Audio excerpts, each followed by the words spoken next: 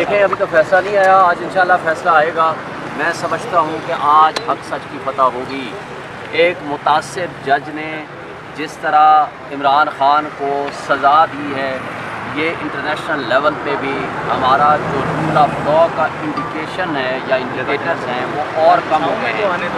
وقت نے ثابت کیا، آج یہ جو چیف جسٹس عامر فاروق صاحب ہیں، انہوں نے خود اس بات کو تسلیم کیا ہے کہ وہ آرڈر انلیگل ہے، وہ آرڈر غیر قانونی ہے۔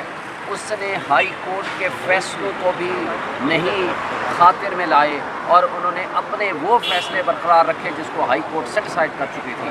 اس سے یہ ظاہر ہوتا ہے کہ ہمایوں دلاور صاحب کوئی اپنے تئیں فیصلے نہیں کر رہے تھے، اس کا مطلب ہے کہ وہ اتنے کمپرومائز تھے اور اس کے پیچھے اتنی کوئی اسٹرانگ طاقت تھی کہ ان کو اس بات کا بھی احساس نہیں ہوا کہ وہ اپنے چیف جسٹس اسلام آباد ہائی کورٹ کے فیصلے کو بھی وہ خاطر میں نہیں لا رہے اور اس کو کنسیڈر کیے بغیر انہوں نے وہ فیصلہ دیا جو کہ on the face of it illegal ہے اور نظام انصاف پہ ایک بدنما داغ ہے، اور یہ بدنما داغ جتنا جلدی ختم ہو اتنا جلدی ختم ہونا چاہیے۔ مجھے بتائیں آج آرڈر سسپینڈ ہو جائے گا، مجھے یقین ہے اس بات کا انشاءاللہ۔ مجھے بتا دیں جو 25 دن آپ نے عمران خان کو جیل میں بند رکھا، اس کو کمپنسیٹ کون کرے گا؟ اس کو کیسے اس کی تلافی ممکن ہوگی کہ جب آپ نے 25 دن ایک شخص کو غیر آئینی اور غیر قانونی طور پر آپ نے جیل میں رکھا؟ نہ صرف یہ بلکہ اس دوران جو دیگر مقدمات میں گرفتاریاں ہونے کا خدشہ ہے اس سے آپ کیسے ہمیں بچائیں گے؟